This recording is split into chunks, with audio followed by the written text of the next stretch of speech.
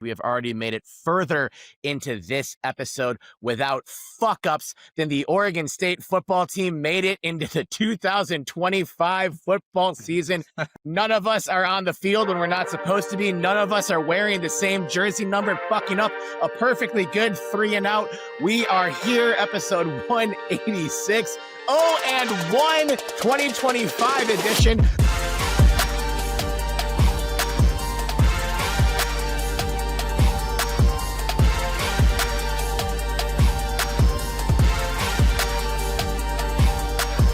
Fire everybody, burn the stadium down, get the dump truck out, back it up, turn this place into a parking lot a la Dennis Quaid in Major League 2.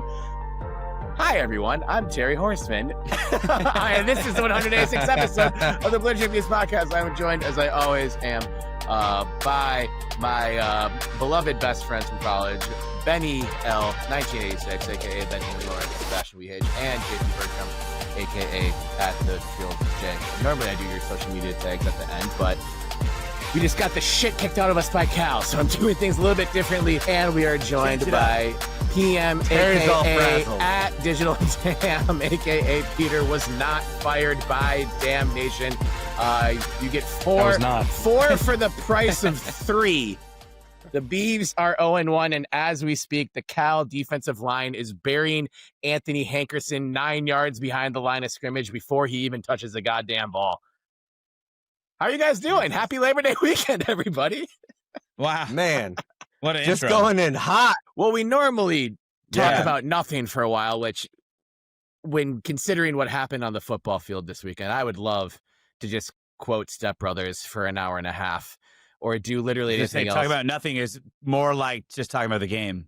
Right, because the game was way worse than nothing.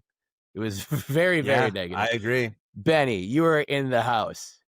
Did it look as bad in person as it looked on TV? Yeah, man, it was, I was watching from the terrace, so Hashtag terrace. Really only saw the half of the game that was played on our side of the field. But yeah, man, it was really bad. It's, I'll say, the vibe down in Corvallis was just off. It was weird. And I think a lot of that has to do with, it being Labor Day weekend and classes not being in session. But the student section was, it wasn't filled, but there's a lot of people there. It just felt so subdued. And maybe I'm comparing that to the opener last year where the brand new side of the stadium was brand new. And, everyone was excited about that. But it just felt like an off vibe to begin with. And then, Terry, you alluded to it. It was like that penalty on the punt after the first, what should have been 3-and-out. That sucked a lot of energy out of the stadium, to be honest. And when they came down and scored a touchdown, you just sort of had that feeling of this could get ugly really quick. And it did. But yeah, not a lot of Cal fans there, which I think was the only sort of silver lining. So not a lot of people that were talking shit. That's because it's always a percentage of fans, and Cal has no fans. I was going to say, I could tell you that Cal has no fans. If all they do exist, I will say they that do I exist, wasn't convinced, but they do exist. Even if all of them were there, don't you think you might still say not a lot of Cal fans here? Yeah. Yeah, but also what you just said is I'm curious because some of the thought is, well, it was dead, it was quiet, the vibe was off because like school's not in session, students haven't moved in yet, they haven't come back yet. But you just said that the Beaver Dam was fairly full. It was you're not gonna fuller than what I thought it was going to be. Where was it? It was the rest of the stadium. The rest of the stadium, like the new side. Especially at kickoff, it maybe was half full, and then the upper decks it did fill in as the game went on. Was Beaver Street full? Was the terrace full? The terrace was not full. It was very easy to get a spot right up front center. Very easy to go pee. Beaver right Street when you was need to. full-ish. Yeah, no lines at the restroom, no lines at concessions. I was able to get a beer, walk into that little grab-and-go section, get out within like a minute. It was, I've just never seen it like that before. Well, no lie though, when you can walk up to a concession stand or a restroom or porta potty even, and there's no line, it always feels kind of good. We're all a small silver lining. We're all pushing. I would much rather we say all wait love in line for an it's hour. occurring. Right. Yeah. Well, you did mention before we started it- recording, Benny, that like it kind of felt like that in the streets, like that obviously Yeah. the tailgating area wasn't completely sold out, which I think matches certain games on August 30th that I've been to before, but maybe not against an Yeah. opponent like Cal.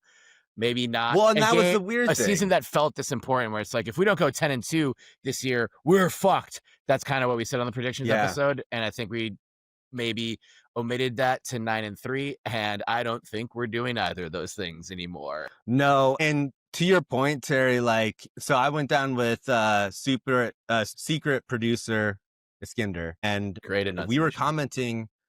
Yeah, we were commenting. So we parked on the other side of Monroe, and we were walking through campus, and we were going to a tailgater on the other side of Western. So we walked through pretty much the whole stretch of where people would be, and we're walking through campus, and he looks at me and he's like, you can hear the leaves falling on the ground.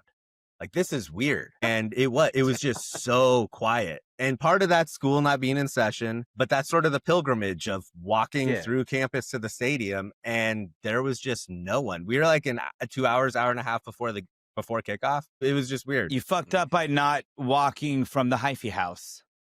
We on did you. walk from the hyphy house. We parked in front of the hyphy house. Oh, Yeah, for good I thought luck. you said you parked on 15th and Western. No, he said No, he went the from tailgate was off of Western. other side of Monroe to off Yeah. of Western.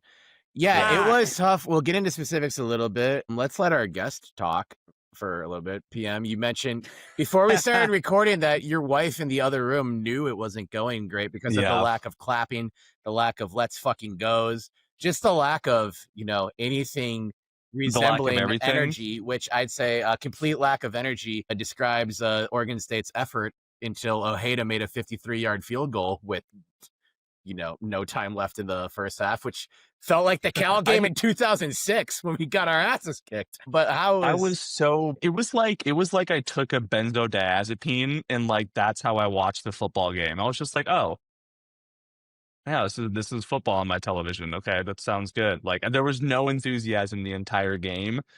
You had it for the first 3 and out, but the minute I saw that guy run off the field, I was like, you got to be kidding me. It's like the minute I saw him run off and they threw the flag, I was like we're cooked. yeah, Like that hurt me. it really and- felt like the game.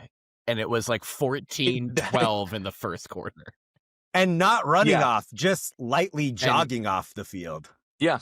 Or Yeah. even worse is if you are a coach, how you don't just look at the ref and go, hey, real quick, timeout. Yeah. Like this is a monumental play. We just got a 3 and out. First series, we want to prove that the defense is great. We just got this 3 and out. I'm going to call this to preserve that and keep the momentum. Yeah. And you didn't. And you just thought you could like get away with Well, this. to highlight this, the player in question is Dexter Foster, who was a silver lining from last year and a player we were excited about going into this. And Shout out Central Catholic. making it even worse, Dexter Foster is number 7. Punt Mhm. returner Trent Walker is also number 7. Foster can never be on the field at the same time that Walker is on the field. So, like, That was the penalty. that could be a monumental fuck up on Foster. Like, I'm just going to be out here in case they fake it or something. But that has to be a major coaching snafu You want to for that to happen. know what's even more frustrating? Was that same penalty happened last year with number Yeah. 7 and number 7. Early on in the season, it happened last year with Trent Walker returning. We had another number 7. He returned it pretty far, but they called it back. And I think it was against San Diego State because we had 2 number 7s in the field. Oh, Kinda my recall that. goodness. Just unreal. That was the So, worst. And it sets a same tone. penalty, same issue. Well, that San Diego So State game was the who's least. sending him on? I mean, like, Well, he was probably already on from third. He was down. already on. Yeah, for sure. But like But what who's not PM said, peeling like him when you off? notice it's the first half, just burn that fucking timeout. Like it's not this well, of course, that's Like the early that's the third easy quarter, solution to it all. like it's just like holy shit. Like there's 2 7s out there. We can't have this. So like either he heard something and maybe there was some kind of check that was like play this conservative in case there's a fake and he felt he was supposed to be out there. I don't know, and I'm not trying to both sides. Why would he feel that way? Depending on the probably call, just- like there could have been a call that You probably just heard Seven go out there. Yeah. Maybe. But Everyone probably thought like This it was. is- Oh yeah, it me, is he's a talking about weird me. thing. He ran out. There are so many double Yeah. uniforms in college, and I know college rosters are bigger than the NFL, but you look at any team's like numerical roster, there are so many duplicates, and I'm like, it's not like you have 200 people on the team. Like they can wear 8. Make one of them wear 8 or 6. Come on, like you don't need this many what's people to be crazy duplicated up. is Dexter Foster should know on a third down stop. He should absolutely He know. needs to be running off the field every time. Yeah. Unless it's like 4th and 1 from their it's not like 30-yard Walker's line. like some. To be fair, it was like 4th and 2. It was 4th and short, But it That's was why deep I in think their. yeah. It was deep in their zone. That's the on basis. their side of the Yeah, field. that's the basis of the confusion, I think. None of this would have happened if college football didn't open up numbers for whatever the hell you wanted it to be at any position. As soon as that started, it all hell broke loose. Right. Yeah, So that's fair. anyway, it really felt like we lost the game on that play. Which sucks, dude. You wait all off season, and then the minute I that was- happens, you're like, "Well, that's the I was game." Yeah. very excited to see a season opening 3 and out after this fuck shit that our Yeah. defense put on the field last season. I was like lit. Then and like the broadcast was the word. The three of Benny, you were there. The three of us all watched on TV. They like cut till just like a highlight package of Malik Murphy. And I was in a bar, so like I didn't get the audio, but it just went. I thought I saw Foster run off the field and the snap happened Yeah. before he got off. I did not see a flag. And then just instantly went to Malik Murphy highlight package. And it was a extendedly long highlight package. Yeah. And it came back from that highlight package to a ref just like blah, blah, blah, blah, blah, an adult in the fucking Peanuts cartoons, and then points that way. And I'm like, great, season's over. We're not going to win a goddamn game. And that was the feeling the rest of the night. Well, Yeah. our offense got 3 snaps. We had 3 snaps and we were down 14-0. Fun. Like that. Yeah, real fun. That's a great way to start the season. But yeah, Jay, what are your thoughts On About everything. what? About the world. on the game? About On the the world? night On sky. the world? On the game? The night sky. Tell us about the night sky. constellations Well, I don't- above Research Stadium as this ass kicking was going down, so we can Shit. have something I else wish to talk about. I couldn't see constellations. I couldn't listen to audio for the first half. I was in Black Butte and it was smoky as shit, so I couldn't see the constellations that were, in the vicinity. Sorry. And then I couldn't hear the audio, but I did not see Foster running off. I saw the punt go up, and I'm like, oh hell yeah! Like this is a great start of Bray's second tenure as our we might defensive do it coordinator. this year. Yeah. 3 And then three and out. I Walker, look away, I look 10-yard back up return. again. I'm like, what? Why do they have the ball again? Like, what is going on? And then they did cut back to the highlight a second time, but it looked like it had like hit somebody in the back or had like they like didn't know what they were even showing either. So it was like, okay, well, fuck, like let's just get a stop. And of course, it was like 2 plays later they scored a touchdown. So you're like, well, yeah, that makes a lot of sense. And as soon as that happened, I feel like I just lost all faith, honestly. Well, And the emotion Yeah. wasn't there. The excitement was drained immediately. My thought at the time, to be honest, as like halftime approached, I'm like, I think Benny, you texted us like, if we get a touchdown here, we're good. And that was right before half, and we didn't. And it was like, okay, well, we got some points, but maybe we get the We're ball down back and we 14. do something.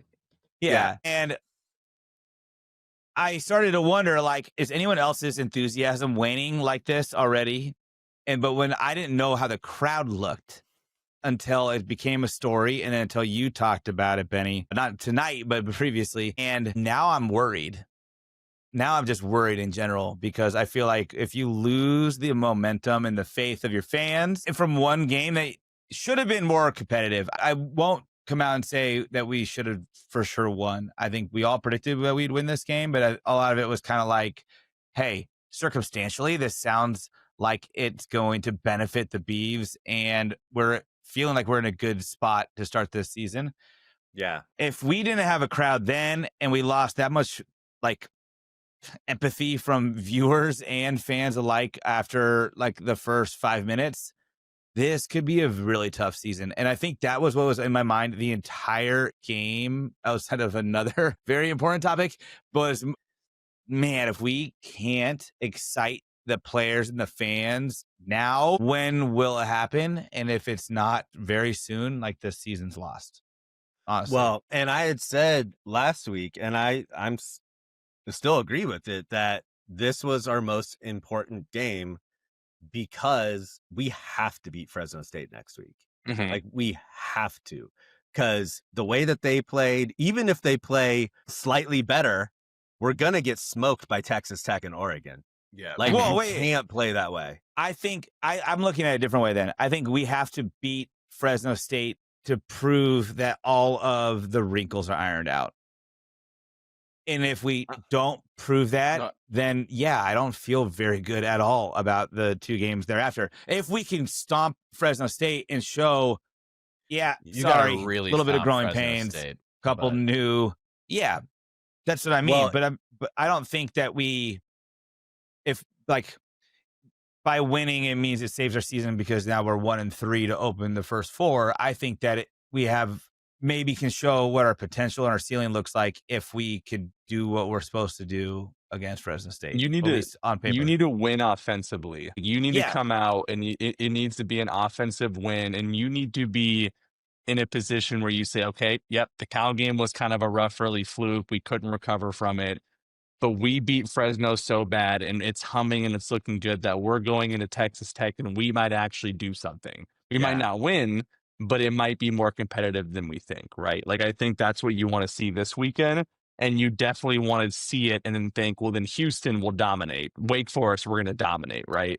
Like, I think that's what you want to feel. Because even if you lose to Texas Tech and Oregon, the rest of your schedule is very winnable. So you could still be 9-3, which is an incredible season. But if you struggle against Fresno, you start going, wait a minute, is this like a 6-6? Like, this is starting to look pretty difficult. But if you it's go not about pocketing 0-4, the W. It's literally about showcasing that there's other games that are winnable that we can actually execute and get those wins. If you don't beat Fresno State and you start out 0-4, then yeah, you do have a cupcake schedule in the second half of the season. I mean, in college, if you go 0-4 and you have the ability to transfer, Right. those players are not all of them are going to be invested in that team any longer. Like, that's just how college football works. So, I mean, 1-3 is not great, but if you're 0-4 before there's the first home game of school in session, like, Yeah. dude, that is You can bad. still salvage it if you beat Fresno State and one of those 2 games against Texas Tech or Oregon is like a competitive loss. Not even a super competitive loss, but like you look like a college football team. Like, you hang with Texas Tech a little bit. Or a win, like I predicted. Or win. Like you predict. Win it.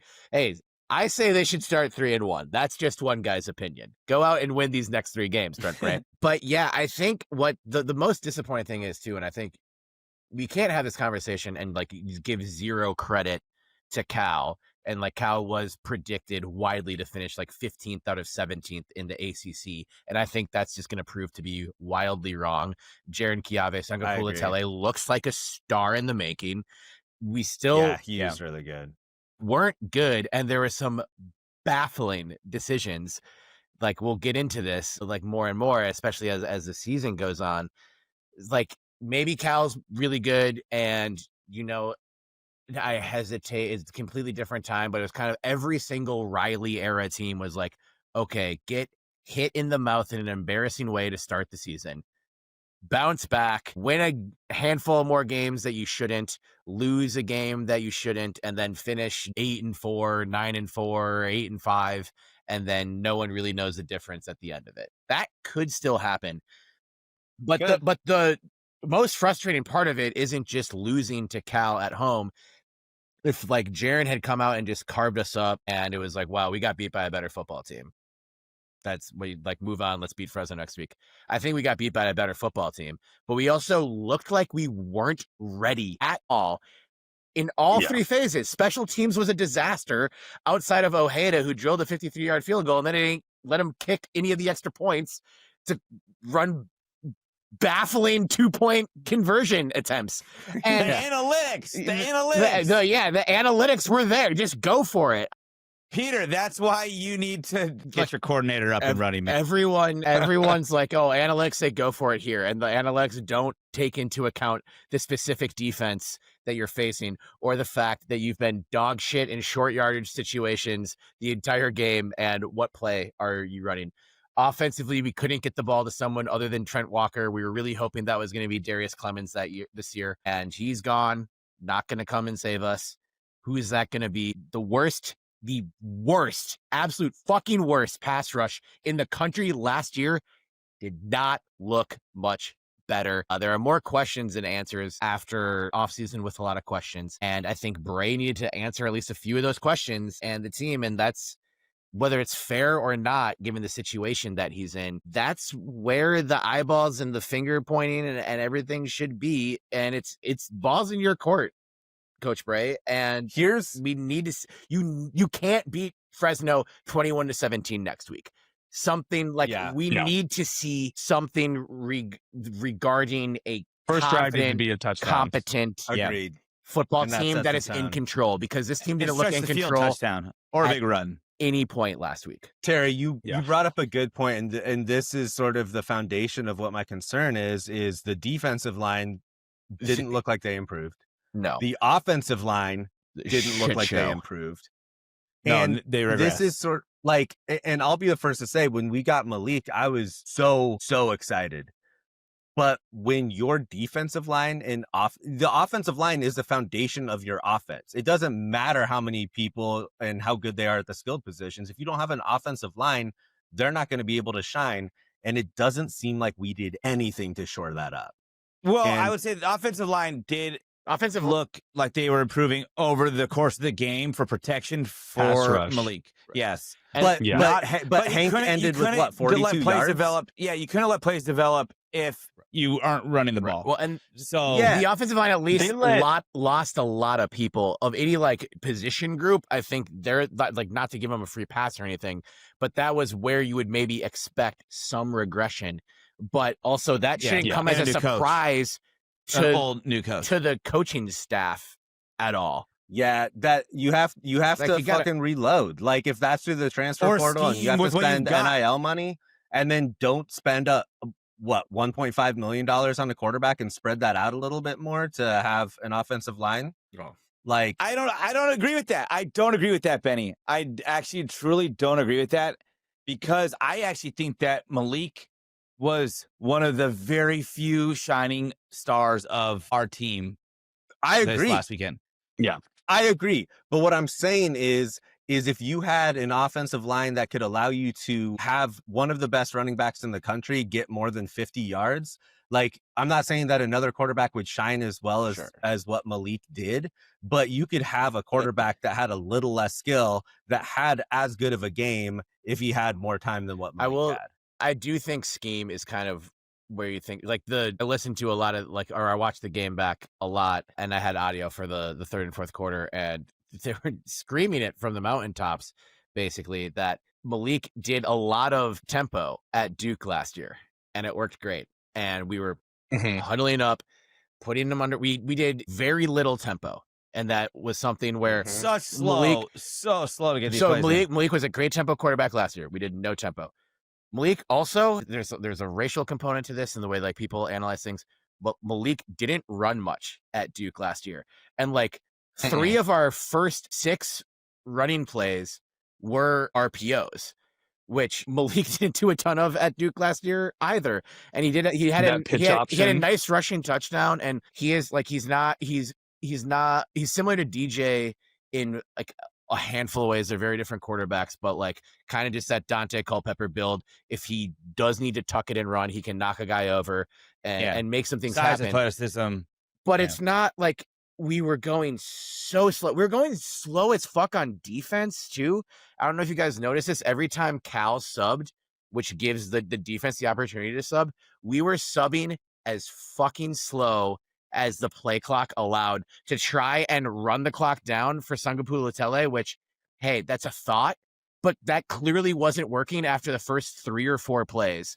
And we just kept doing it. And it wasn't working at all. I think we had one idea of how this game could go. And once we got hit in the mouth and the script flipped, we had no plan. And it honestly reminded me of that Air Force game last year, where there just like wasn't anything in the game plan to get it going. And they flipped it a little bit at the end.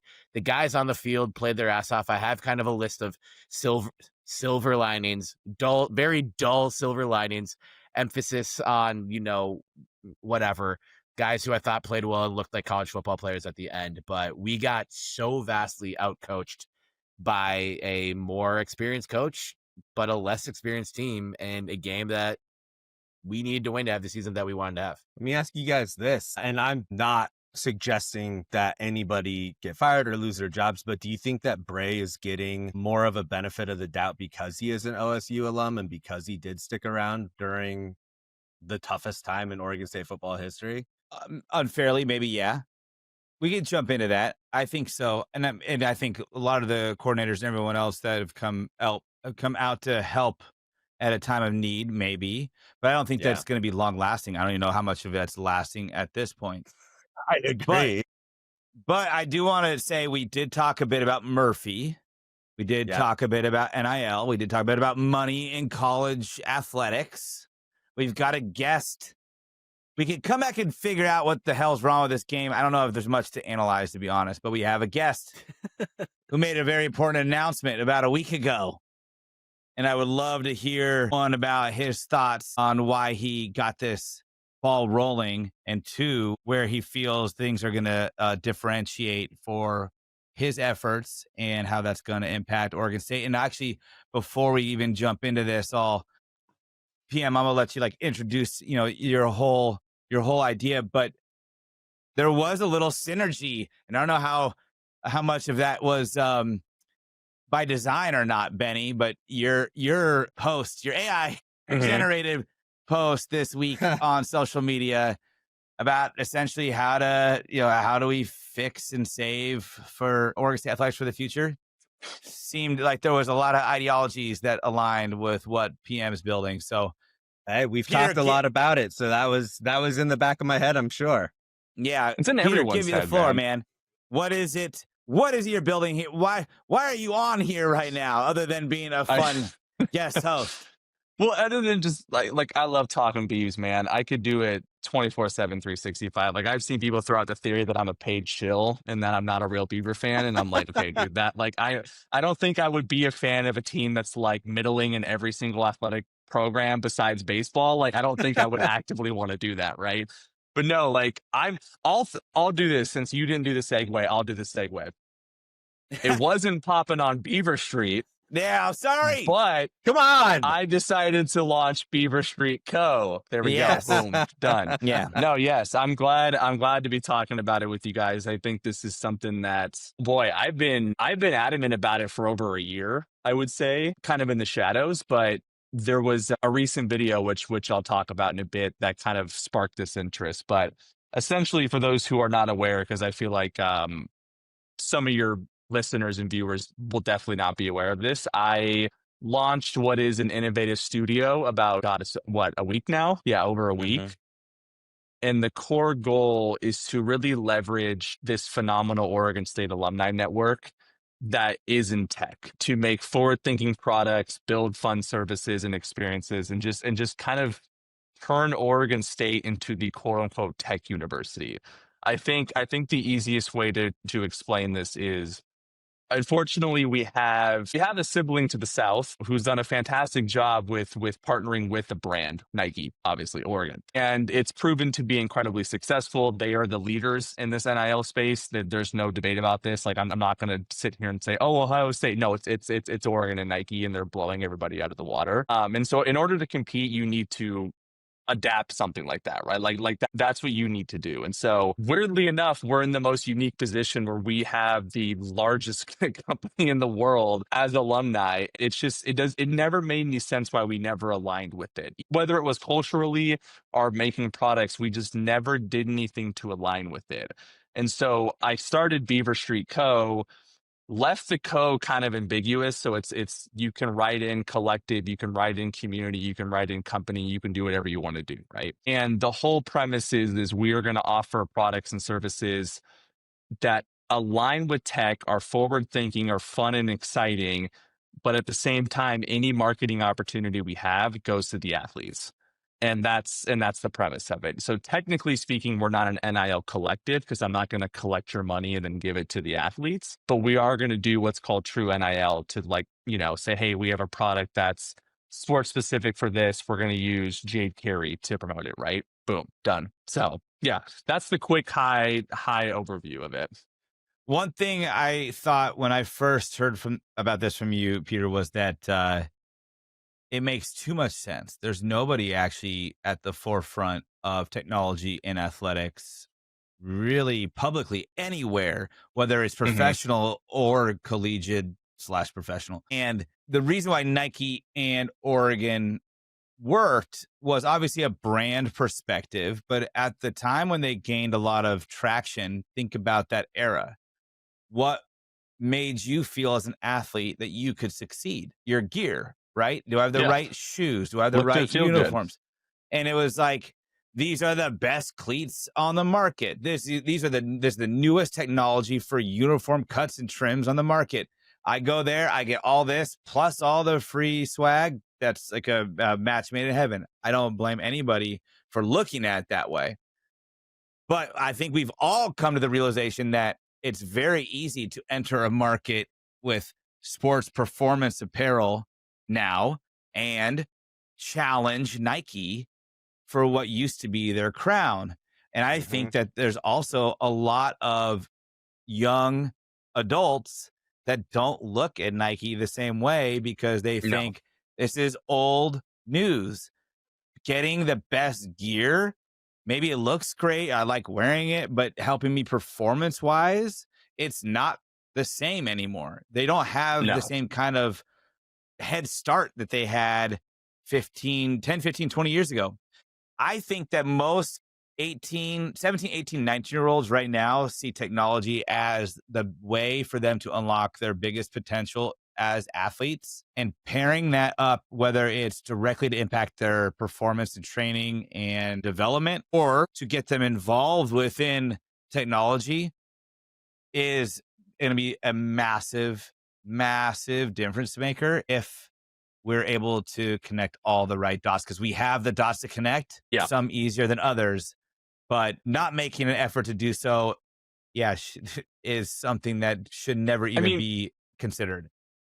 Yeah, you can do it organically. How many universities can say they do that, right? Like every aspect of modern tech, you can align with organically simply because of NVIDIA. Like that's all you need, right? There's your story. Hey, we want to do blockchain. We want to do gaming. We want to do AI. You know, you can sell that and then be like, yeah, but that's because, you know, Jensen Huang came from Oregon State. Everyone's going to go, oh, yeah, that actually makes a ton of sense. Like, I can see the vision. I can align with that as a Beaver, right?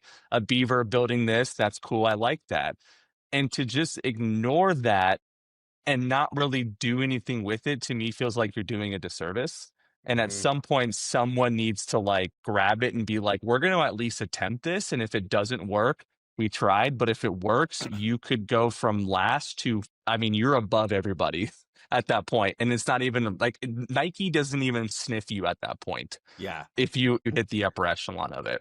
Yeah. And I would say, like, if what you're doing works, what my hope would be, obviously, is that it attracts Jensen Huang to help fund the athletic program like Phil Knight did to Nike. But you would hope that the athletic program itself would sort of look at this and incorporate some of it. And just like Oregon became sort of the Nike brand in Oregon were sort of, you couldn't. Well, it became their breeding ground for all, or their testing ground for all of their new. Everything. And that's all their new technology. And I that's think all you need to do. Yeah. The same way you can make Oregon the tech, not because Oregon State is the tech university to us, or at least the AI university at this point, with the research center that Jensen Huang is help funding. And if you're the athletic program, it's like you have to think outside the box. And the answer sort of in your backyard. And Yeah, how it's can right you there. incorporate that? And It's on JT, you had made a ChatGPT. good point. Like it, right? Yeah, but you pointed out or made a great point of with Oregon and Nike. It was a relationship that was made in heaven. It made sense. It was easy to connect those dots. Right? They were right there in front of you. How could you not see it? But with AI, I think there's more potential. A ton more potential because you can actually have it like make your program better, not just look better, but be better. And it's going to take work, and it's going to take people like you, Peter, to go out on a limb and say, okay, the answer is not right in front of us, but there is an answer here. And it's about digging that out and finding and implementing it. So yeah, my hope is that the university takes what you're doing and hopefully runs with it. And what it's going to be is, I think the reason why I felt like it's not that I needed to do this, but I really wanted to do it was because I do have a very extensive background in software engineering. And so like, I understand the space and I can build things. Like I don't need to go out and seed round and build things and like develop a team, right? Like I can, for example, take this little thing, build a Tensor RT model, train it with TensorFlow, update it to this NVIDIA Jensen, use my 30. I can do all these things in my basement, like in my garage here, right? And to me, it's just like, cool, we can do that, bring in a couple student interns from the comp sci program, and all of a sudden you're just building this whole culture of like, hey, we're going to be this fun think tank where we get NVIDIA involved. It's cool. You want to be a part of it. And then the athletic program goes, oh, actually, yeah, you are making something really cool. How can we integrate this within our systems? Or how can we at least include you in marketing efforts or include you in branding or get some culture involved in this, right? And you start pushing that out.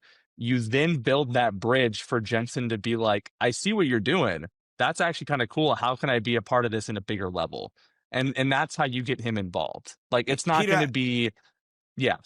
No, go ahead. Yeah, go ahead. Finish up what you're saying. No, I was just going to say this. I think it's got to be the opposite of the Phil Knight, even though it's like the easiest way to do this, where Phil is like, I mean, you read his book and he in his book just says the only thing I ever wanted to do was beat Oregon State in my Nikes. Like that's literally was in his book. He was like, there was nothing better than beating Oregon State, but only beating them when they wore my shoes. Like he cared about that, right? Mm-hmm. Jensen, his priorities align with his products. He is obsessed with NVIDIA. Like that is his life. And so you need to meet him where he's at, and he will embrace that. Totally. He will eventually be like, cool, I'm glad you're actually using this. This is awesome. We built all these cool things. I want to help you continue doing that. I got a question because it was a thought I had actually earlier this week, and maybe not so much of a question, but like even a suggestion. And it's that with Jensen, like you just said, kind of more like, I know what I like, what I'm passionate about, what I care about. It's technology, right? It is pushing technology into the future.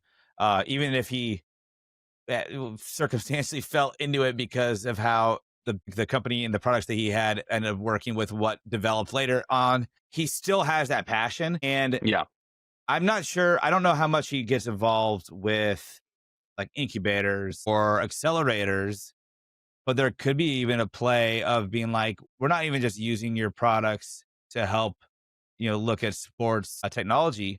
We're bringing athletes in to build businesses with your products. Jensen, this is like, our wide receiver, our running back, our lineman, our center fielder, our center, whatever. They're building something. We want to help them get funding, and it's using their product or using your products. Like, how do we get that relationship started? I almost feel like that even is like getting it even closer to that whole his world versus the athletes NIL and, current landscape. There's two things, but one, I'm actually really glad that you brought that up because there is one athlete that I am working on this with, and he is a programmer, and he is someone that reached out and he was like, dude, I can do this, this, and this. What can I do to help you? And he's in the football team, and I'll put this out later, so I'm going to keep it under wraps for now, but he's very passionate about this. And that is another key proponent of, you're just like, we're going to make programming cool. Like, I'm going to make it cool as shit, man. Like, tech's going to be cool. Like, you're going to be an athlete and you're going to be like, yeah, man, these Nikes are cool. but my 5090 gaming PC is fucking badass, bro. Like, this thing is a fucking rig that I can play Call of Duty on for hours. Or like, yeah, I built this whole fucking AI model that's specific to me that helps me train. Like, that to me is where I eventually want to get. But I think another part of this, and you kind of, I want to say kind of fluttered around it, is NVIDIA is not like the only company that's involved in any of this. There are so many incubators, so many VC funds, so many places just looking to invest in these things. You can go out and get 20 different companies to be a part of this before you even get NVIDIA, right?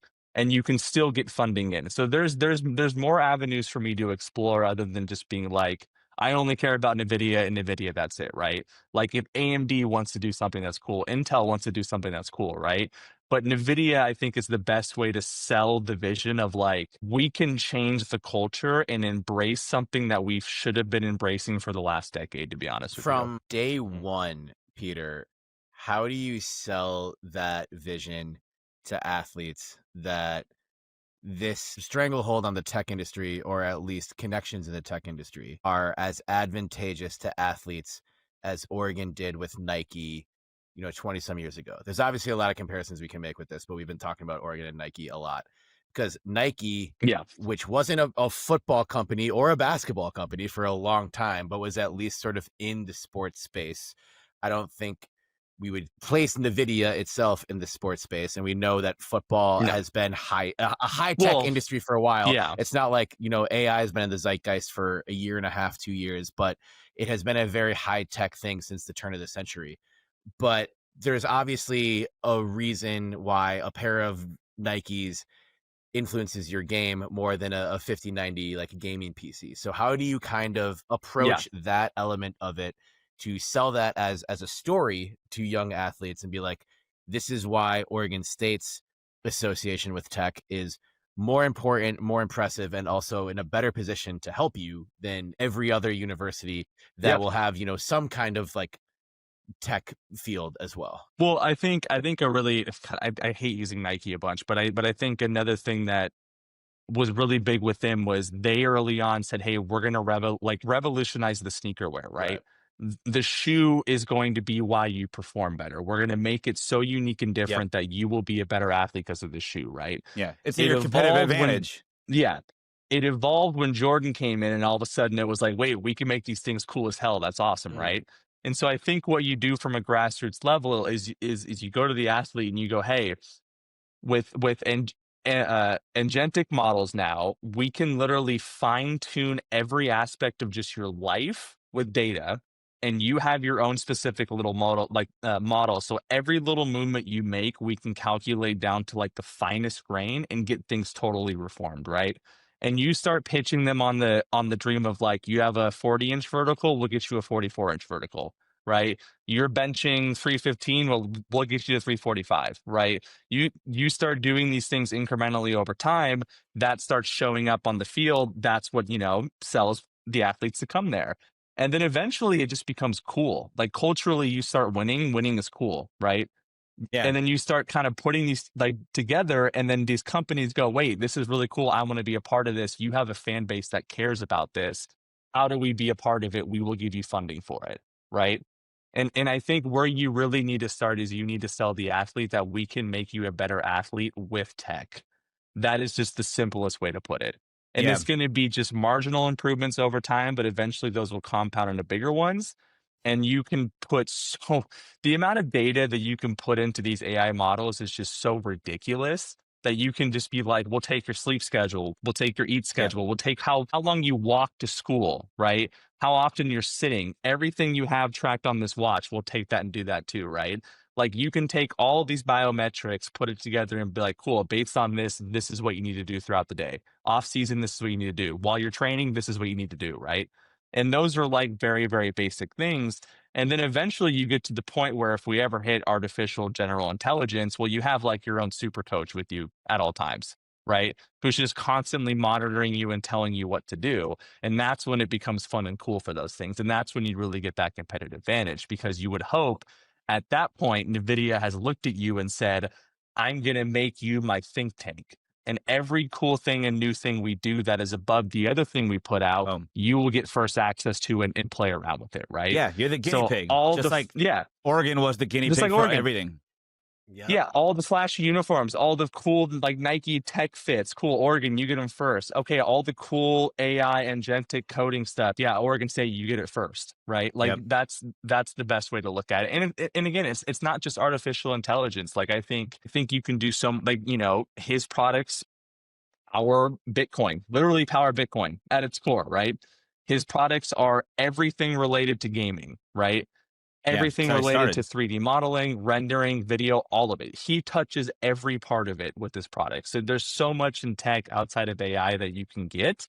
But I think the easiest for people to grasp initially, because it's the most revolutionary thing since the internet, is artificial intelligence. So you would just kind of start there to build that story out and get people in as soon as possible. But I think there's also, and we've chatted about this a little bit, but like there's also those opportunities of, hey, if you're already streaming while you're gaming, like you could easily plug a product that you're using that was developed by an Oregon State alumni. Like you can have that relationship. That is true NIL, as you had mentioned earlier, Peter. Like, hey, we have a product. You have an audience. Get your audience interested in our product, and we pay you money to do that. That is what NIL is for. It is to use your name, image, likeness to advertise and brand and make money from the popularity essentially that you have. And that honestly seems like the most lowest hanging fruit to be like, hey, you can go stream playing whatever game you want on this rig that you have in your bio. Was like, here are the the components that you're using. Here's the build that you have. You can shout out sponsored by any of these PC companies. Exactly. Boom. And I mean, and I think it's already happening. Easy. It's already happening. And the relationship makes a lot of sense, right? Like, I mean, for Oregon State alone. But the part of it, I think, is I think that athletes are doing that.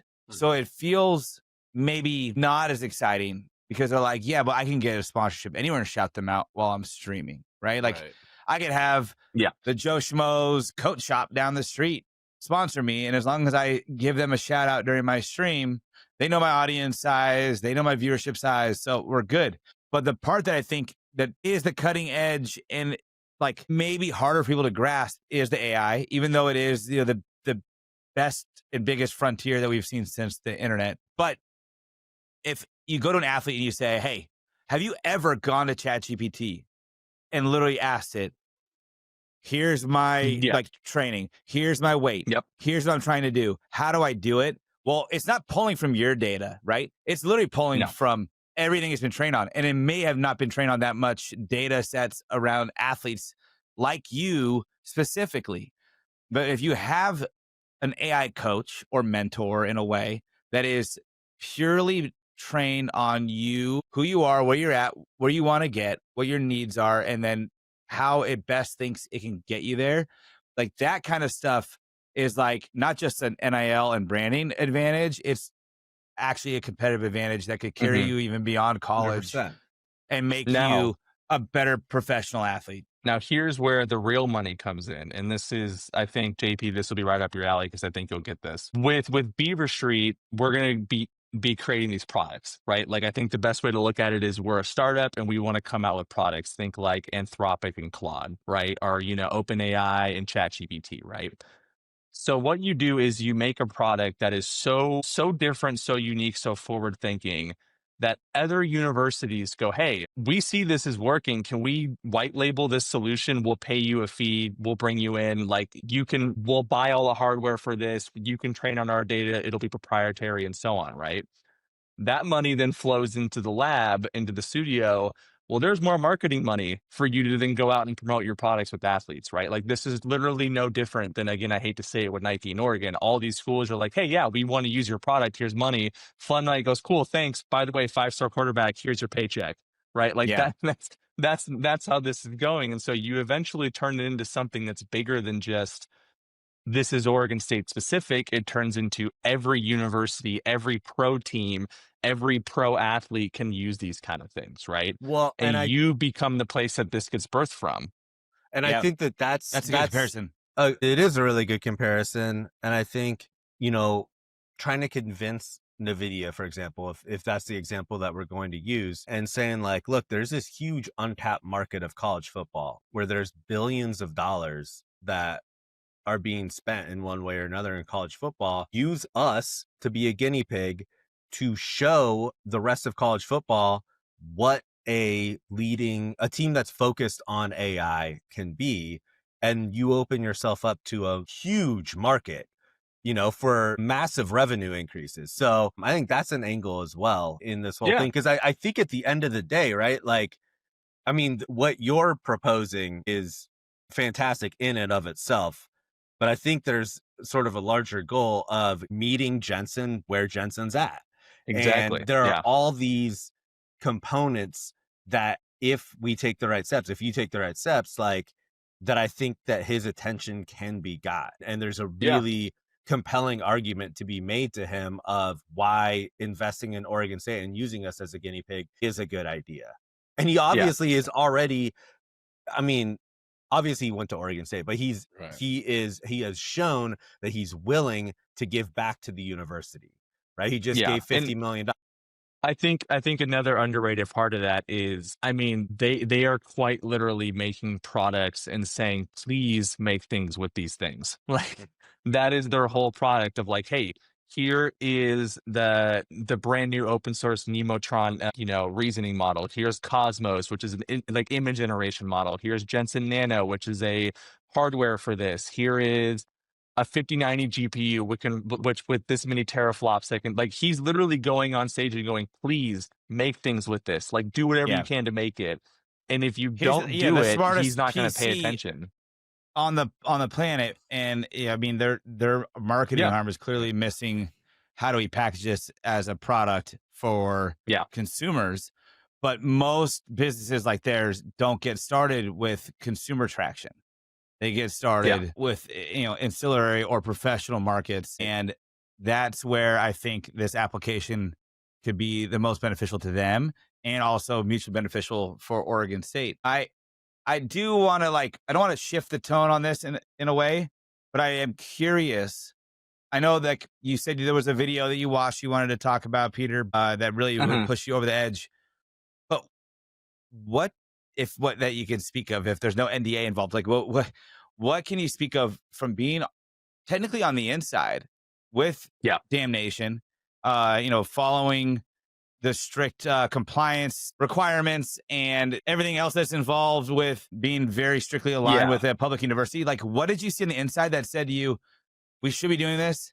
Here, I've been told the XYZ are the reasons we can't or aren't, but I can. On my own, I can. See, I think the best way to explain this is, as I pop Siri off, I think the best way to explain this is Oregon State has a brand to protect. And that's a good thing, right? They have a great brand. It's very historic. It's clean. It's family friendly. It's supposed to be that way, right? I think a lot of what can push innovation forward is considered very disruptive and considered very okay, we need to go through legal and lawyers and all these steps. And if you're in tech, you just got to ship fast and break things. You can't wait around for all that minutia bullshit to kind of work its way. And so there were moments where I just felt like, hey, I think we can do this. Okay, let's check back in 7 months.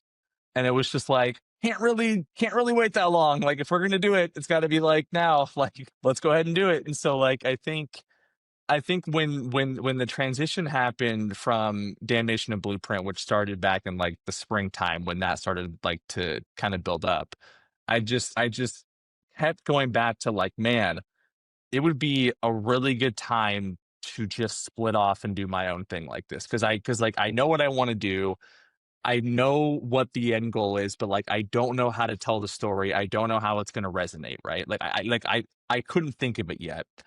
And the video you're talking about was the Max Brown video on YouTube, where it literally just said this small town could dominate college football. And it was a photo of Jensen Huang standing in front of Oregon State. Right. And in the video, he just was he can make recruiting totally favor Oregon State in every single aspect of AI. And I was okay, like it's clicking now. Everything that's been like detrimental to us, we can just flip completely.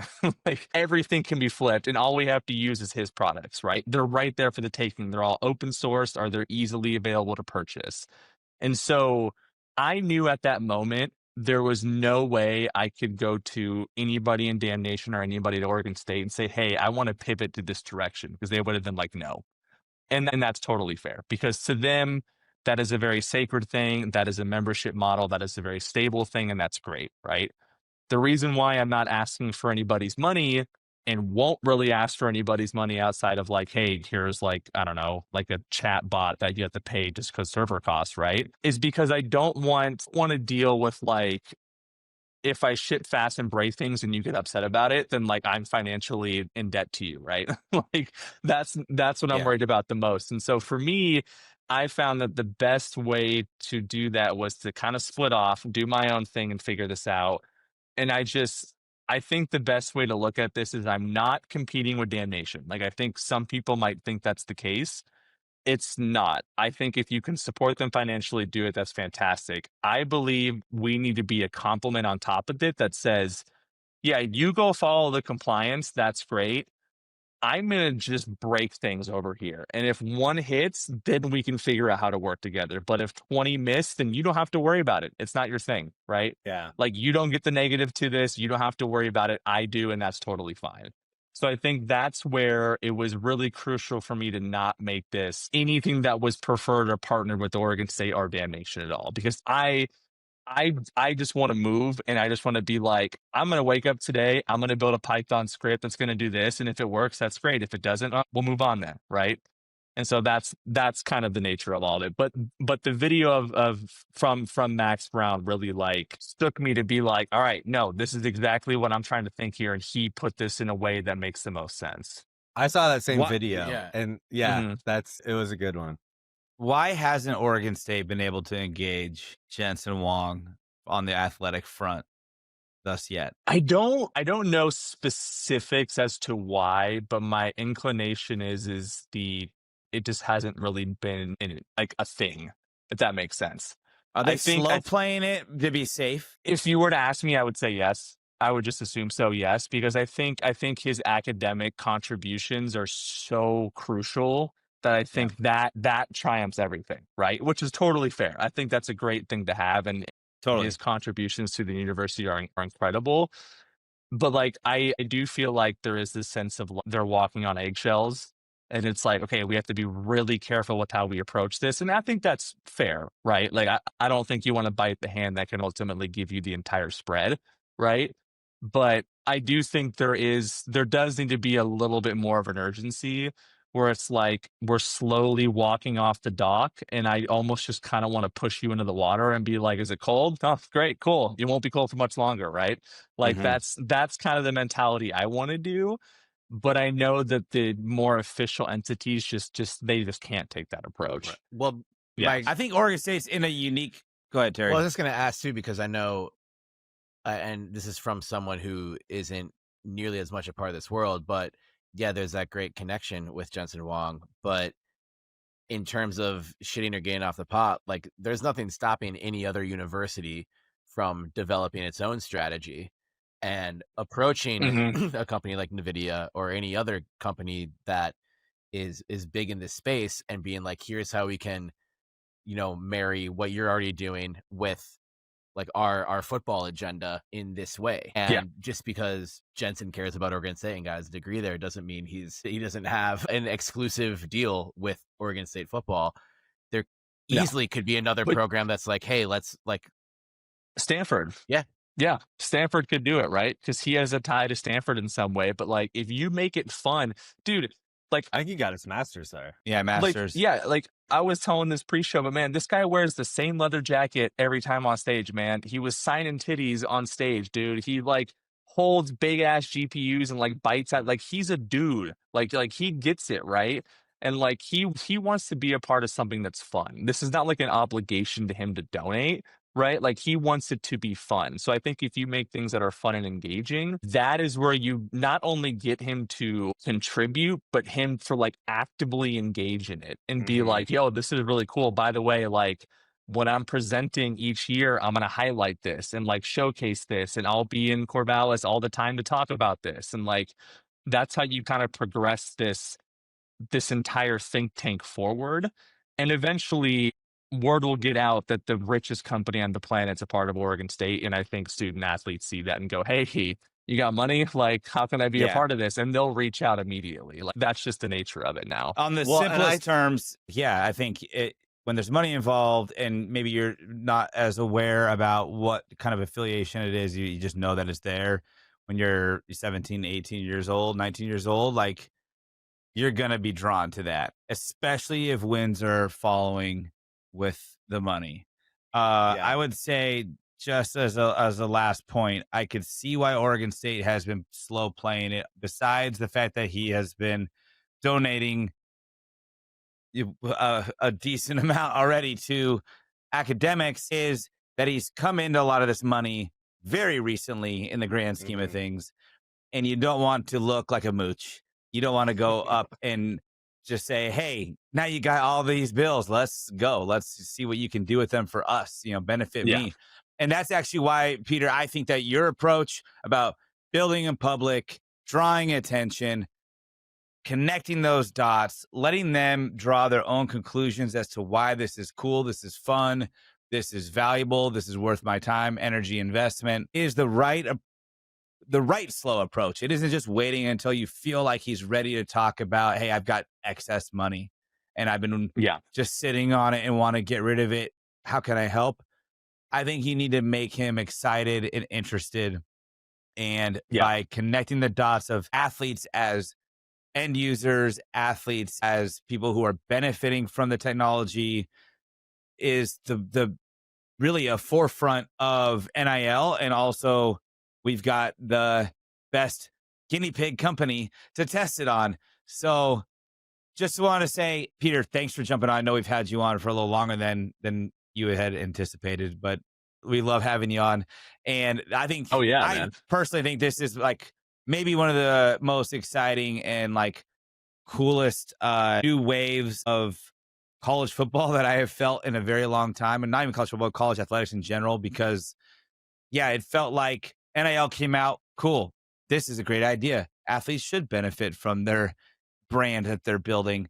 Then it quickly steered into this pay-for-play model that benefited literally nobody, not the brands, not the athletes, didn't set them up for anything. And if anything, like, it just, helped out the people who are super donors who wanted to see their team successful. Not fans.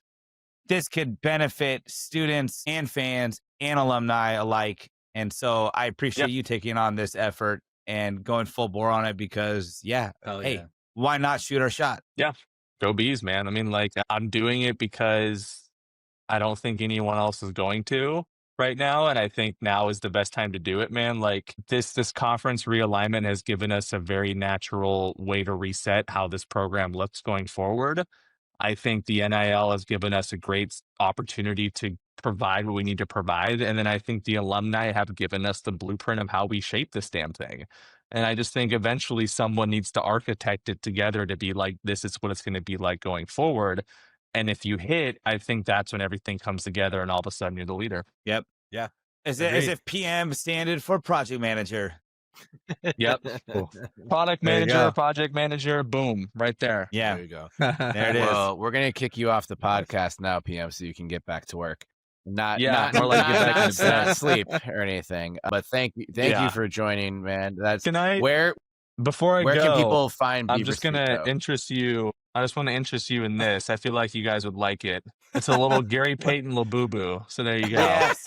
Hell yeah. Yes. I was waiting to show that all show, but I feel like you guys would like this. Love There it. you go. Love it. Gary, How did So- you custom print those when you ordered? Yes, What? I did actually. Yeah, I Yeah. love it. That's awesome. So- that's awesome. Yeah. Dude, little guy. Where can people follow Beaver Street Co.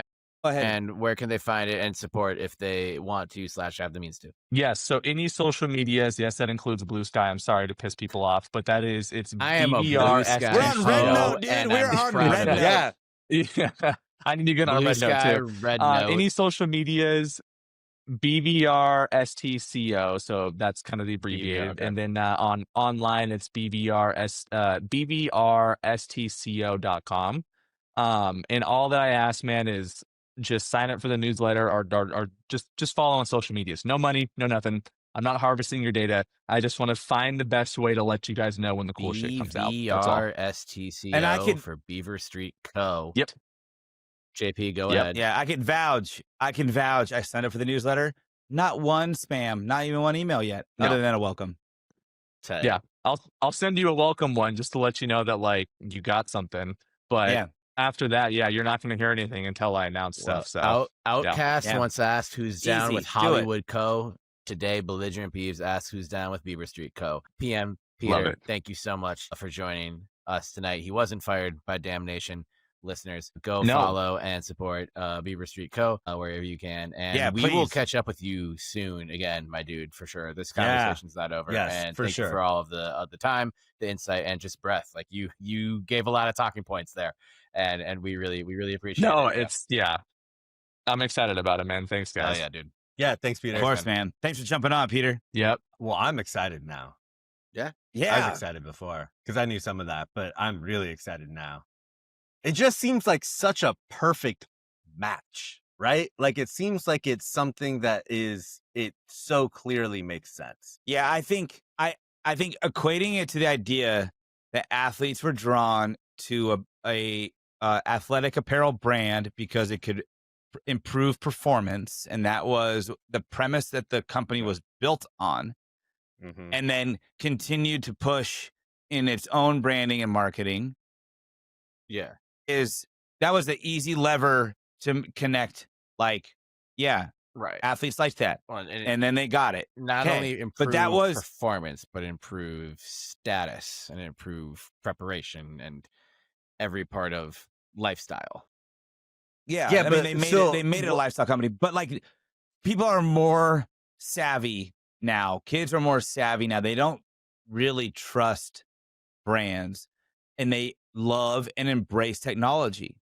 They want technology to make their lives more enjoyable, easier, and successful. I mean, we are on that middle ground of like, yeah, brand doesn't really matter as much to me. I'm just going to go buy this t-shirt, right? Like, we're at that cusp, but our generation is the tipping point. T-shirt says "Chop 'em" on it, then it's dope as fuck. Yeah. That's Yeah. what the brand. But Yeah, one- and from, one thing from the that's- top brands on print on demand. But I think one thing that sort of grabbed me is Peter had mentioned like we're gonna make tech cool, and I got what he was saying, but I think at the same time like tech already is cool because you did have kids that were lining up in the street to buy the newest Jordan, but you also had kids lining up in. But you also had kids lining up in the street to buy the new Xbox, Sure. right? And granted, Xbox isn't exactly what we'd be doing here, but technological way. innovation Sure. and having it be like solely for you, that is enticing. I'm not saying this just Yeah, because that's really I'm the enticing. least tech savvy of the three of us by kind of a lot, and I know I won't get any argument there, but just like tech and like Jordans, like tech is so broad. It's much like Jordans are like But Jordans shoes, were and- tech. sure, and they were part of like the sneaker world that already existed and was kind of like a sleeping giant and waiting to explode, but making it digestible and framing it in ways that, especially for student athletes, of like, how is this going to help you get to where you want to go? Because that is what every college recruiting conversation is ultimately about. Like, this isn't your final stop, and this is how it's going to help you grow, help you get better, and help get you here, and in a way that sets you apart from the same tired fucking story that they're hearing from a billion other institutions. So finding a way to grasp that and frame it in a way that places it directly in Oregon State football or insert whatever other sport here is, I think, the critical juncture for it, and something that I think a lot of universities are reaching for right now, but obviously don't have the same connection and don't have the same type of ceiling with the connections that currently exist for Oregon State.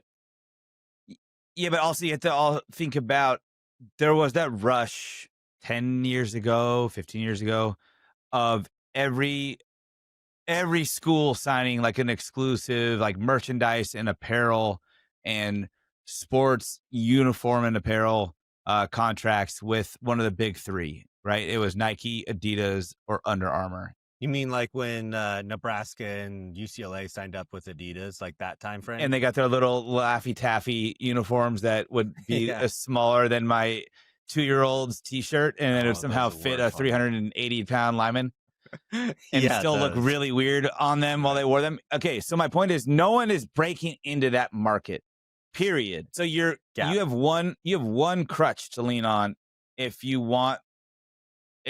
no one's breaking into that market in a sense of the head start that Nike has on everybody else. And it's clear when the next two biggest competitors could not do it. Yeah. So if you're Oregon State and you're a Nike school, is that your crutch or is that your concession? Because I feel like right now it's our crutch and it could very easily be our concession. Fine. Yeah. You have the best sports apparel. Cool. Well, we have the best sports technology. So we have the upper hand. And that's coming in one way or another. And whether we are there to be the leaders or not, it depends on grassroots efforts like this that PM's doing. And we are in such a prime spot to be. And we have nothing to lose. We talked a lot about meeting Jensen where he's at, and I think that that's probably one of the reasons why it's sort of been silent on the front of Jensen even being interested in Oregon State athletics, is because I can only imagine from what PM said and sort of what we've heard about the Oregon State athletic department is that they're not pitching Jensen on this idea that Peter has. They're trying to get a 62-year-old man who's never been interested in football or basketball or baseball or whatever, interested. And that's not going to happen. Like when you're 62 years old, you don't just fall in love with a sport. That doesn't happen. Unless it's golf. And we are a golf school. Tristan Tree, baby. We are a golf school. But that's my point is like U.S. Open to Tristan Tree, baby. U.S. Open to Tristan Tree. You're trying to fit a square peg into a round hole. Oh, yeah. Well, that's the yeah. I think it's more that's true. I think it's more being patient because they are getting a shitload from him for various academic pursuits, and they're like, and you don't want to go, hey, don't piss him I'm a leech. Like now that you got money, especially like what JP mentioned, like it's relatively new money, and they care. There's a lot of people at Oregon State who don't care about Oregon State football and are getting money for a variety of things. I don't think that's President Murphy. Obviously, it's not Scott Barnes. And Murphy has, publicly said, I'm going to try to make him a football fan. And that's obviously tough for the reasons you outlined, Benny. But they don't want to bite the hand that's feeding them in other areas right now. And totally get that. So. But that's, again, why it's even more important to have something. Can someone just show Jensen the Max Brown video? I feel like that's all it's gonna take. Like not to diminish. Have you seen it? Yeah, I've seen it. It makes too much. It's easy. He could do it if he wanted to. Yeah. Show it to him. But he doesn't want to yet. That is the point. He doesn't want to yet. I think the hardest part for people to grasp is that somebody that has millions of excess funds doesn't want to just give them away to something they don't care about. Right. Doesn't care about the 19-year-olds at his favorite university scoring touchdowns. Yeah, and I think all of us could think, if I had excess money, here's what I would do with it. And somewhere on that list, on a short list, would be to donate to Oregon State Athletics because we care about it without money. So you know what I would imagine having billions, you would not change and be like, now I care about academics and I'm going to donate more to them. So why would he be the inverse, right? You have to prove to him why those bridges exist, and that they do exist, that technology could transform not just everyone's lives, but sports as we know them. Point blank. It could literally turn the sports world upside down. And if he wants to be the forefront of that, now I doubt it. Eventually, once he's felt like he's conquered everything else? Probably. If we're already proving we're trying to use what he's built to do so. And not only you, so that was one thing, that was my last question that I had for PM is what his thoughts were on involving the research center that Jensen is helping to fund. Because then if you're showing an ROI on that and saying, hey, look, we're using your products, we're using the resources that you helped give us. For him, but after talking to him, if I'm recalling it correctly, it was to make sure that it was known that these things were being developed with students that were, learning and using his products from his contribution. At least once it's all, said and done with the build. But like in the meantime, hey, why not just buy his product and say, I'm using your cool new product and we're going to do something fun with it. And he's already gotten engagement. He's already got acknowledgement. It might be a social media intern. So what? It's on the company record. It's there. Yeah. They acknowledged it. First step. That's all you need. Yep. And we knew, like you said, we needed somebody like PM to take this on because the university, for obvious reasons, wasn't going to. And I think PM laid that out pretty clearly. And I think probably rightfully so. So I'm not saying what PM is doing is for sure going to work, but if something was going to work, it would take somebody like PM to get it off the ground and running. There's no gig too small. And somebody devoted to doing so. Yeah. Yeah, 100%. Without the red tape. Yeah. Nice. Going back to the game, was there anything else that you guys wanted to discuss about the game? Or did we get our vents out? No. I thought vents and are we going positive or negative? Because right now I'm going to be venting Wong. No, I wanted to move into positives a little. Well, I thought Jaleel Tucker looked good in the secondary. Thought Trey Glasper in the secondary settled in after getting torched early. The defense settled in pretty well, honestly. Right. Defense looked a lot better after those first two drives, even though we were just kind of buried after that. I was harsh on the pass rush earlier, and until you get a fucking sack, I will continue to be harsh. But there was more pressure. They didn't get home. I don't know. I think we're in for, I've been doing a Game of Thrones rewatch this summer, and I think we're staring down the long night right now, to borrow some terminology. I don't think it's going to be good. I think, it's a long season, and everyone's it's kind of crazy right now because. Okay, wait. I don't want you to leave that topic because I have a question. Please ask. And I'll let you start, Terry. It's a question for both of you. If we're staring down a long season or a long night, quick answer, one word or two words. What fixes it? Money. This season? I think that's part of it. This season? Yeah. What fixes it? Nothing. I would agree with Terry. This season, if it comes to pass that bad, term. then what fixes it this season in terms of the way we're defining fixing it, which is win 9 games, then nothing. But they could be better. I no longer believe it, but it's possible. I think that, I would agree with Terry. This season, it would be nothing. But I think that, to your point, Terry, where we're staring down the dark night, I think we were jaded and probably still are to a certain extent of the, season, what was it, 2019? When we started to turn 2018, I think is when we started to turn things around a little bit. 2019 was a little bit better. Right. 2020 was weird, but you could see it. Yeah. Right. And so you could see this build up. And then obviously we all know what happened, but it's like we're waiting for that rebound to come back up. And after last weekend, I sort of had this thought of we have this almost built-in inevitability that we are going to bounce back up and get to where we were at before, even if it's not on as big of a stage. But we're going to have those, 9-win, 10-win seasons like we saw in 2023? 23, yeah. Right? Yeah.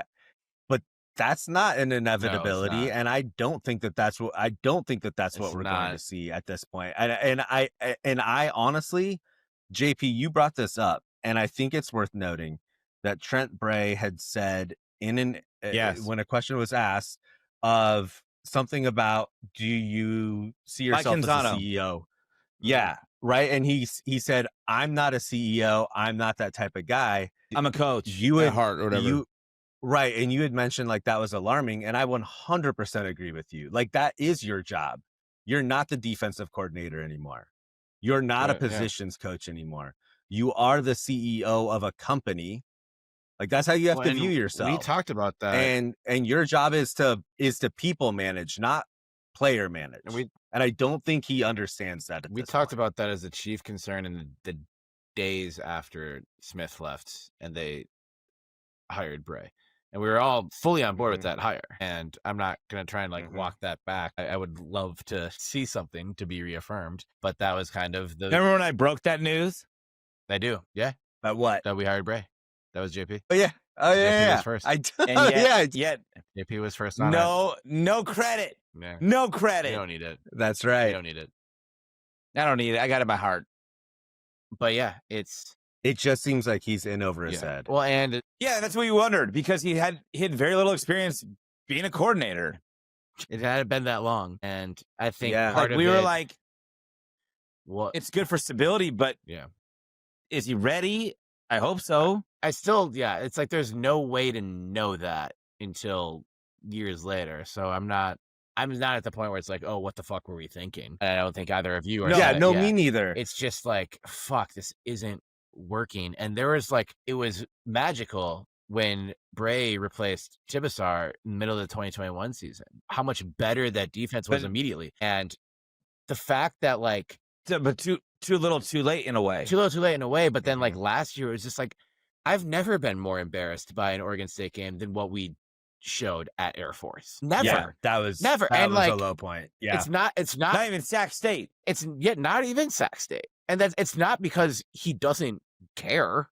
He doesn't give a shit. That's not the issue. It's just not connecting. And they clearly weren't prepared. And again, I don't want to just be the, give credit to Cal, it's not that bad. I'd like to do both here. Wilcox is in his 9th year at the same program. He's been the coach at Cal for 9 years. He's a good coach. And even though the schedule's soft, you run into good coaches. That happens. It's not the worst thing in the world for Bray to get out coached by Justin Wilcox, but it was but we weren't out coached at the finish line. We were out coached all game. Yeah. And it wasn't just the finish line. And it was unacceptable hiccups. It wasn't just had it been a closer game and Kiave Sangapulatele was just balling, which he was. And that was kind of the story of the game. Then it's just all right, fuck, we got beat. Damn it. This sucks. And that was some of the games last year too.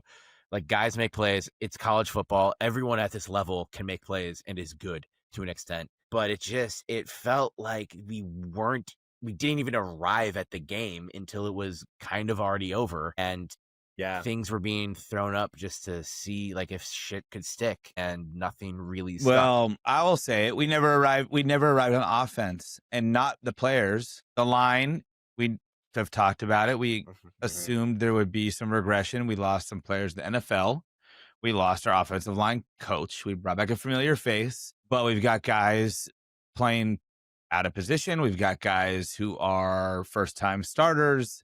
Yep, a lot of first-time starters. I get it, but I would say that the majority of the players' execution when the ball was in their hands or the play was called for them to be in a position to succeed, did fairly well. It wasn't a whole lot of mental mistakes or hiccups on the player side, but in all honesty, it felt like we didn't even know what the score was or how much time was left in the game with our play calling.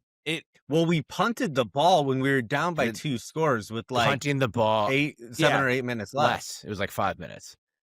And we only had 2 timeouts. So we had to burn a timeout on that stupid 2-point when Malik got hurt on the run when he ran to the ref. Yeah. And we weren't organized, so we burned a timeout. And then we punted with the clock running with you're not going to win, but fuck, you could. It's not exactly over. Down 19 with 6 minutes left in the fourth quarter. It didn't make The sense. game plan was just all whack. It was all whack. It was whack everywhere. I have to, again, I'm going to reiterate. I think the defense adjusted, whether that was the players and the personnel or it was the scheme and play calling. It could be both. Nothing else adjusted. Nothing else even changed course at all. It was a really frustrating game to watch. Yeah. When it was like 2nd and 8 with the clock rolling midway through the third, and we're throwing 2-yard outs, and we've got a guy who's known for his deep arm. I know we don't have a lot of deep threats right now on the wide receiver front. They got the ball. But what are you scheming up? They got the ball to Card What are you one scheming time. They, someone besides Trent needs to emerge here, and there needs to be some creativity. It's the same issue. It's the same issue. Yeah, it's creativity because it's the same issue of, hey, we maybe don't have the deepest wide receiver room, or we have a young wide receiver room, but we've got some pretty reliable tight ends, and we waited more than half a season to see them complete a pass to a tight end. I don't think that is a quarterback problem. Watching how that game went, knowing that the caliber of quarterback that we have under center, it is not a quarterback problem getting the ball to the right people. It is a scheme and play calling problem, period. And that is honestly where I started to feel like, does anyone give a shit about this game? Really? Right. Like, not players-wise, just as a coaches collective, it didn't feel like. And you could see, like, and PM shared this at least on Blue Sky. And no, PM was like, I don't want to piss anyone off on Blue Sky. Blue Sky's basically all I'm on these days. But even Blue Sky saw that clip of Malik Murphy like freaking the fuck out like late in the third quarter, being like, I was gonna mention get it fucking going. I would love, speaking of the tight ends, like there was multiple plays. One play to Caulfield resulted in a fumble. Another one was one of the picks. So I don't think it's just all Bryce Caulfield's fault, but we've got some young talented tight ends. I would love to see Riley Williams worked into the game. He was on the field a bit. Also, this is like, especially at this point where you get hit on the mouth that hard, every college football recruiting nerd around the country, the people who truly love college football and don't give a shit, and they're the ones watching all 22 of every program everywhere. People are really excited about Tiandre Waverly. He's like one of the most talented freshmen in the country at the tight end position. And I don't want us to like try and use a red shirt on him and bank on like the fact he's going to be here for sure next year. I would love to try and get Waverly in the offense like right away. Like the dude is enormous, like a true athletic specimen and one of the true like blue chip recruits. Like, it wasn't just like, oh, this is a 2-star who's raw and is athletic. Like he was a fucking 4-star. He could have gone anywhere he wanted to, and he came to Oregon State. They sold him something, and just because he wasn't utilized to play tight end, what tape did they show him? Right. Here's the 3 receptions our tight ends had last year. Here's the 2 times we threw to Jermaine Terry II because there's the 2 in his name, so we threw him 2 passes. I would love to see Waverly find a wild card, find something, get some spice out there, just mix it up. It's not a quarterback problem though. It's not even a blocking or scheming problem. It is a play calling problem to not get your tight end the ball. Period. Over 4 different quarterbacks in 2 different seasons. I think that. So there are 2 things that stick out to me as major issues, or I guess major red flags as to why this coaching staff is in over its head. Number 1 is the 2 position groups that we struggled at the most last year, offensive line and defensive line, do not seem to have gotten better. Are the trenches important in American football? I'm no football coach, but I have heard that they did not address those 2 position groups. We knew we were losing Joshua Gray, right? And we did not address those 2 position groups. And the other one, the like market Terry, dictates what you could get. I mean, yeah, but I mean, I guess that to a certain extent, but the transfer portal's open, and there were better options than what we got. And I'm not saying that honestly we had access to all of them. The defensive line pisses me off more than the offensive line, because the offensive line lost 2 kind of like really good players in Gray and Lichtenhand, and then also we lost Javan late, had to replace him with Kavanaugh. The fact that I think you can scheme your front seven and pass rush a little bit more than your offensive line. Like if your offensive line sucks, your offensive line sucks. And I'm not sure this offensive line sucks. A lot of these guys are highly touted. A lot of these guys have stars. And a lot of them have been in the program and a for lot of multiple years, them have too. been learning behind Joshua Gray and better fucking play like it soon.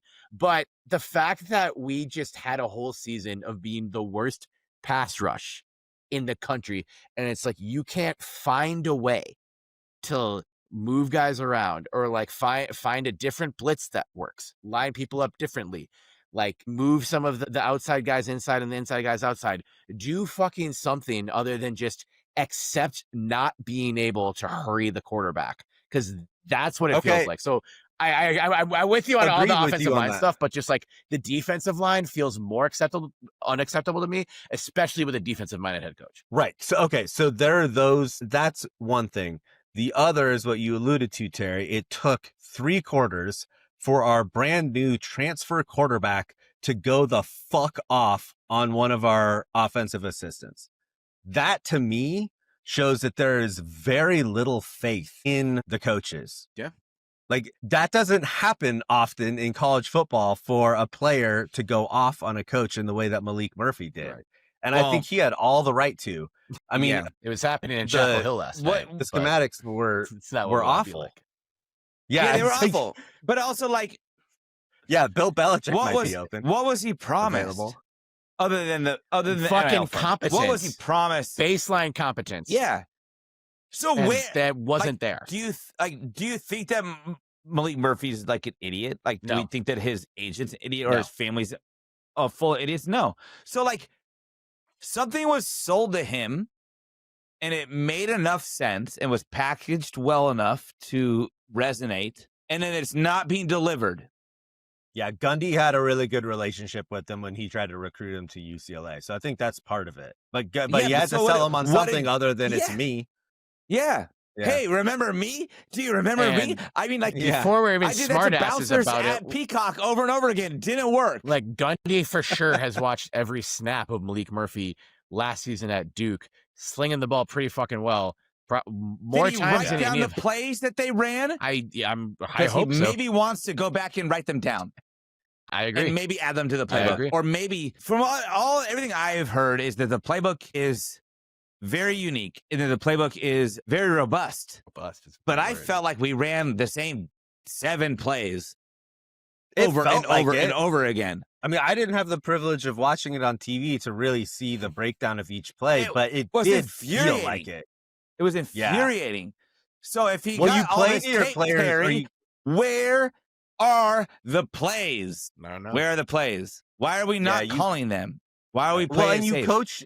You coach your players' strengths, and I forget That's what it felt like they weren't doing. But yeah, right. But we weren't playing tempo. We weren't trying to get our receivers down the field so Malik could show off his strong arm, and we were sort of playing to him running a lot, which he looked comfortable doing, but it didn't seem like that is his strength. But we can't send him downfield if the line isn't able to give him enough time, and they gave him decent time later. Yeah, give it a look that they're going downfield, right? And then let Hank like curl up in the middle of the field or by the sideline and just hit him as a check down. I don't care, but there was no dynamicism or originality in the play calling. Period. I felt the team failed. Not that this is a competition, but I felt the team failed Hank more than it failed any other individual out there, because there's all these there's these misdirections where like Hank's got burst, but he's not weighing a 100-meter dash like lined up next to some of college football's fastest running backs. Like, he is a tough motherfucker. He's very smart, has great vision, and you can't bring him down easily once he gets ahead of steam. So if you were insisting on going, under center and going huddle between everything, why is he getting the ball with slow developing misdirections, like acres behind the line of scrimmage, when it's just like a quickest route between point A and point B is a straight fucking line? Like, get Hank on his horse behind Van Wells, one of your few experienced offensive linemen. And if they read it right, it's a gain of 1. or a gain of 2, or it's a no gain. We had so many just negative ass plays where we're looking at 2nd and 15. They showed it at one point late in the game where like our average second down was like 2nd and 11. That is crazy. That is insane to have that be your average second down start when you have a running back as talented as Anthony Hankerson who can at least minimize risk to a degree and at least get you to like 2nd and 7s. And we were never taking those 2nd and 7s, and it seemed like we weren't even trying. I don't know. And we seem to lack having any sort of electric play. Yeah, we did. Like that was one thing that I noticed. It's like there were no, there even were no when we electric needed plays them. at all.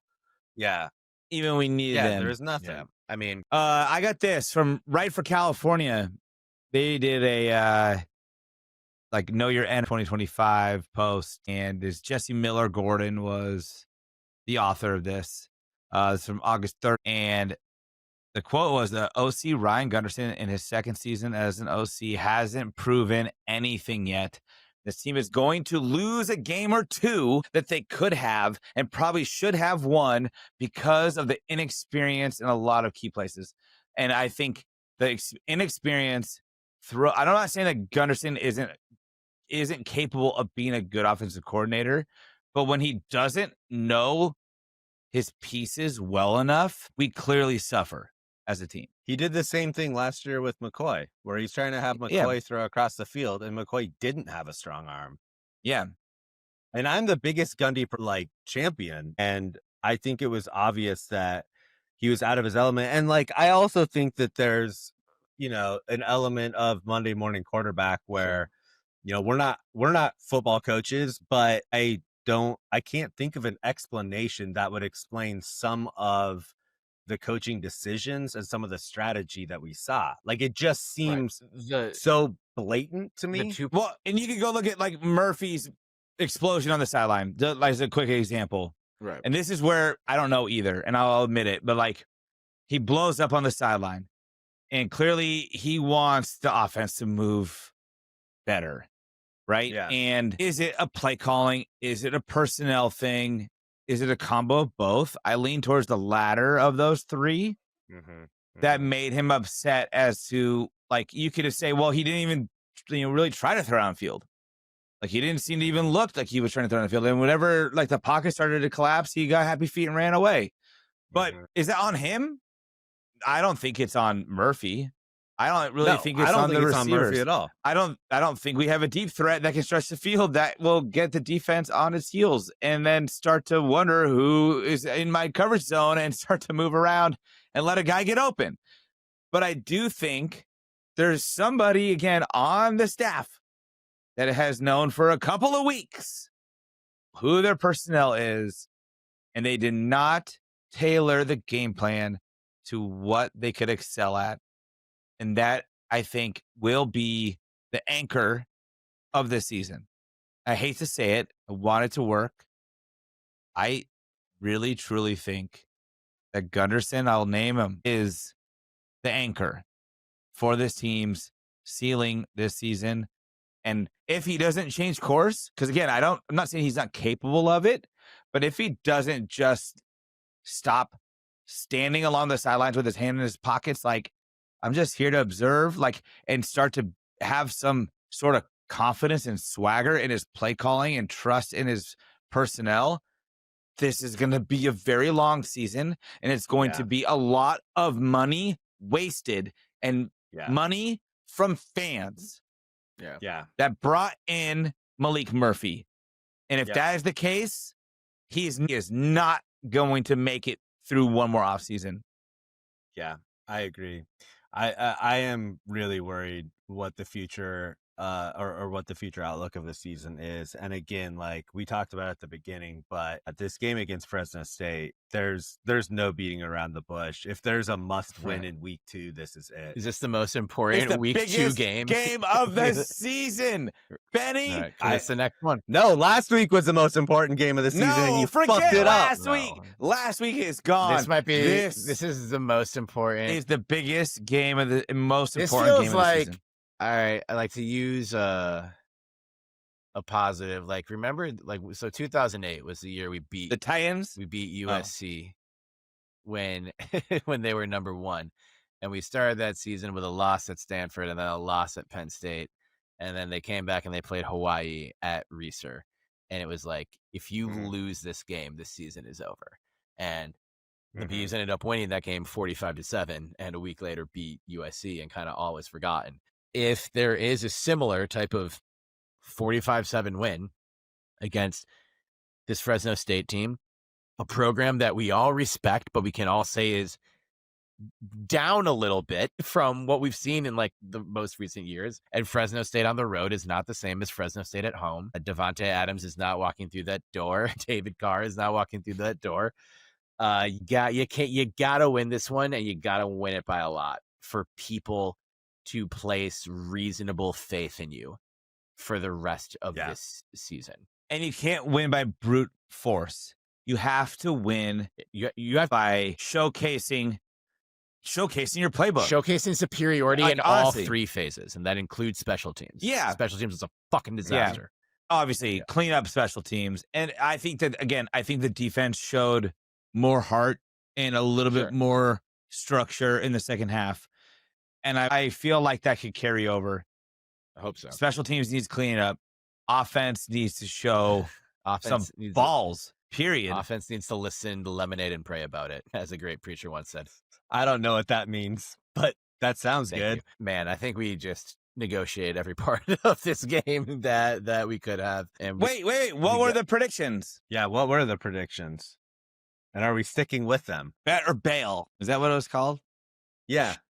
I have last year's predictions. Where did I put? What? Well, you have them what right were last year's predictions are right. Where the fuck did I put the other ones? Shit. We might need to do that. No, we can't do it another time. I mean, we don't have another. All picked winning, but where did I? I think I picked a. Actually, I don't think I picked. No one picked them losing this game. I can guarantee you that. Wow, this is so Got it. I have embarrassing. I have them. I picked a 30. I felt like Gunnarsson trying to pick a play. No. Terry, 31-14 win.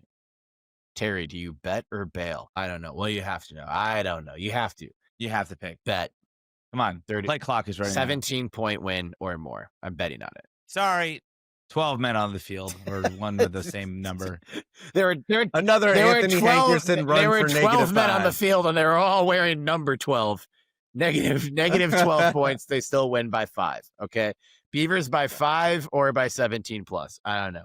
JP, you picked a 28-17 Beaver victory. Bet or bail? I'm going to bail, but I'm going to say. Oh, I would have bet that. 21-20. 21-20. I was going to say, I think it is going to be close. 21-20 will never be more mad about a Beaver win than if you beat Fresno State by 1 point this week. Benny. I'm not going to get heartbroken again. I wish I could take that. Unless we lose, then I will. I texted a friend a really long message about how we're going to be awful this season, like 4 hours ago. And here I am like, no, I think we're going to win by 3 scores. I hate myself. I really, I need to get back to therapy so bad. Benny, What? your You're original, no, I'm not. Your original prediction was 17-7. Benjamin Lawrence Sebastian Weage. Are you betting or bailing? Does the B in your name stand for bet or bail? There is an L. I'll bail on that. Oh, I knew it. I'm gonna say 28-24. I think it will be. I think it will be closer, and I think it'll be more high scoring. 3 or 4 touchdowns.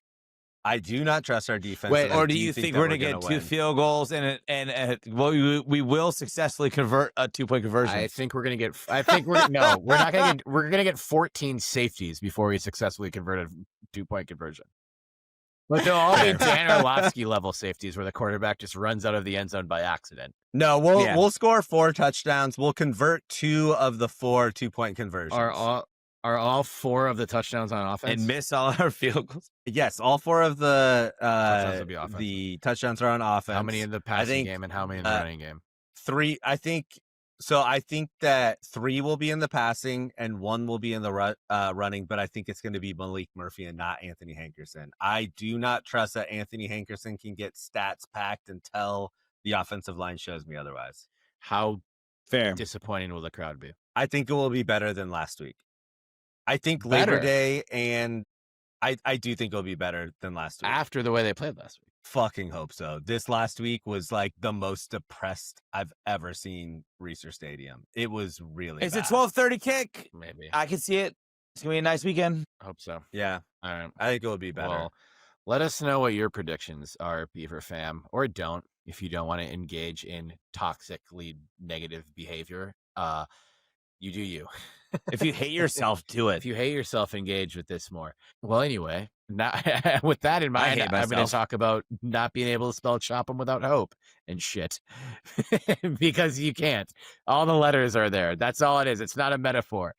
Like Rod Swanson says, it's not a metaphor. It's just Moby Dick's not a metaphor. It's just a man who wants to kill a shitty animal. And that's how I feel about this fucking football. This has been episode 186 of the Belligerent Beavs podcast. Thank you so much for tuning in. Thank you again to PM Digital Dam Beaver ST Co for joining us tonight. My name is Terry Horseman. You can follow me at Terry Horseman across a lot of social media channels and at Terrence Horseman on Instagram. Joined as I always am by my beautiful, beloved best friends from college, Benjamin Lawrence Sebastian Wehage, a.k.a. Benny with the good quaff, a.k.a. Benny Bowl Game, a.k.a. Benny Bedlam, because he's fucking crazy, folks, a.k.a. Benny Burner, a.k.a. Benny Blastoff. You can follow him at BennyL1986 on all your social media channels. Spell it with an E or an I.